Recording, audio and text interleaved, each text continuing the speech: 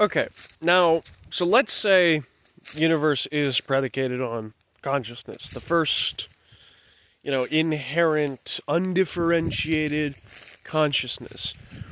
Well, when it others itself or holographically mirrors itself in order to know what it is, because, from the very outset, there's nothing else but whatever it is. So the other thing has to be whatever it isn't. Like it's like there's observer, and then the act of being observed. And so you can tie that into quantum physics with the observer observation phenomenon if you'd like. That is a possibility you could go on. But if the primal duality is really a inherent part of abstraction of thought forms for the individual, well, on an individual basis, how do you know you're seeing the thing? You make distinctions and then correlations, right? And so the learning process itself is a synthesis between those two aspects. Like, look at the tree. It is like other trees, so there's the connected aspect.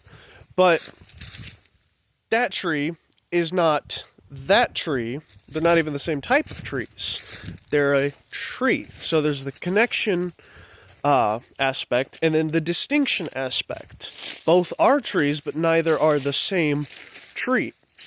And so when you look at solar and lunar type consciousnesses in the old tales, let's use Marduk and Tiamat from the Sumerians.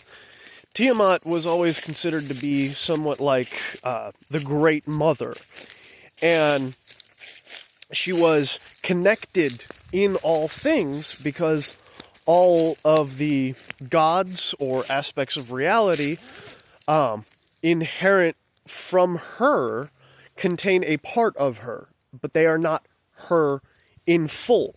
They just contain the concept or the idea holographically within themselves.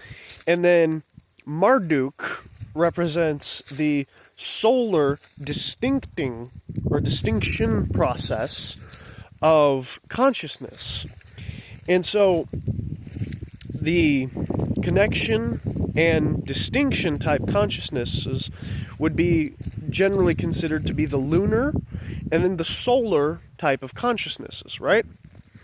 Well, what about the primal duality allows it to make something more or new? Synthesis. So a synthesis, and I'm stealing from Hegelian dialectics here. First you have the thesis, you have the antithesis, and then you have the synthesis. And it creates this trinity of dialectics.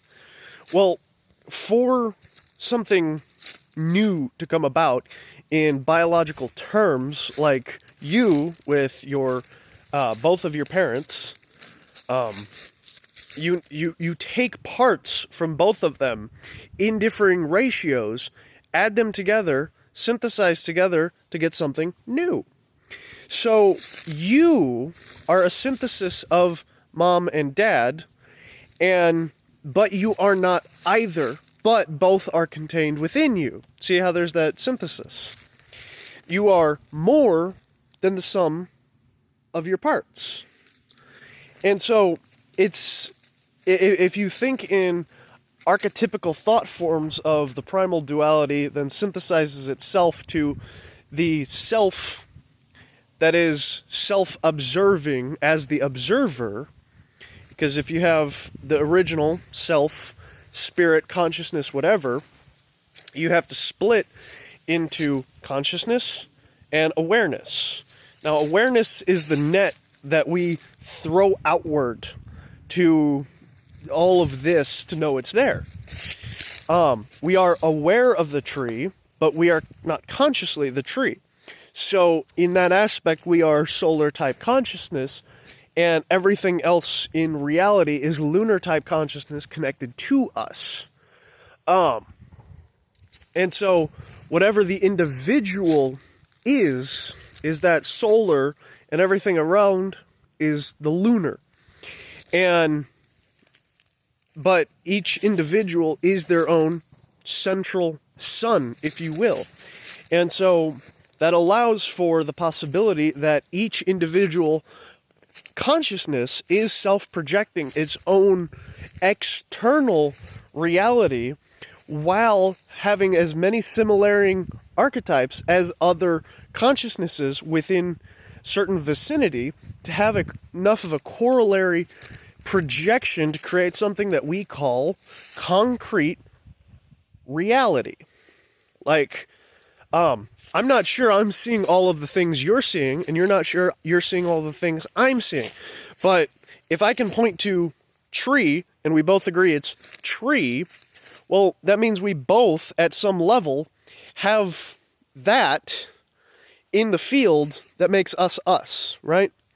And so each individual is their own little self-contained universe that is self-reflecting every other self-contained universe.